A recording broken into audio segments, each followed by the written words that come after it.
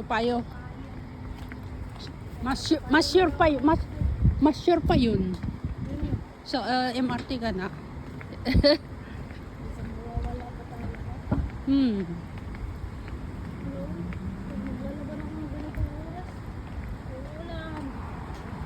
Naglaba ka pa? Naglaba. Tapos, naglaba.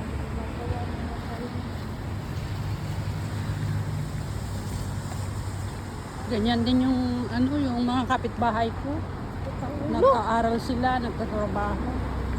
Sakit sa ulo. Ayoko na ulitin ko. Dito sila noon.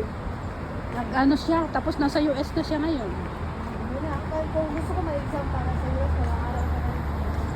Aral ng aral. Ngayon, nasa US na siya. Buwan niya yung nanay niya doon.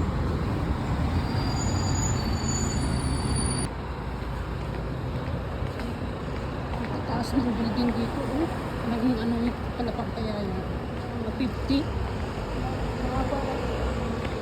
Hindi, matagal sila. Hayaan mo na.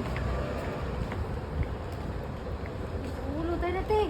Nagunat eh. Ronal ba? Okay. Kaya pa naman.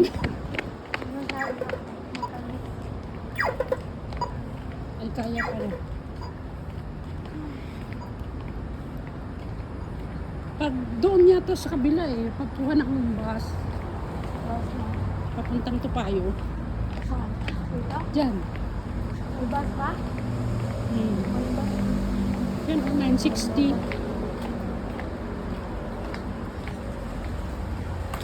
Babas na lang. Sa ulo. Pagpunta kasi sa Orchard dito sa kabila. Diyan. Karian? Pagpunta ka sa Orchard. Hindi ako masyadong sa kabisado sa bus dito. Kasi nung nagpunta kami doon sa noon, sa dito kami kumain sila pastor, after kumain kami dyan, nagpunta kami sa Orchard. Diyan kami nagpunta ng bus papuntang Orchard. So dito siguro, pag Tupayo pa, dito siguro.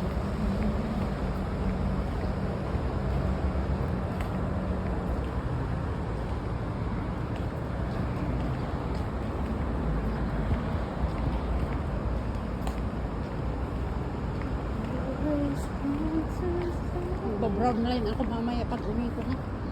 Kasi walang masyadong tao sa brown line.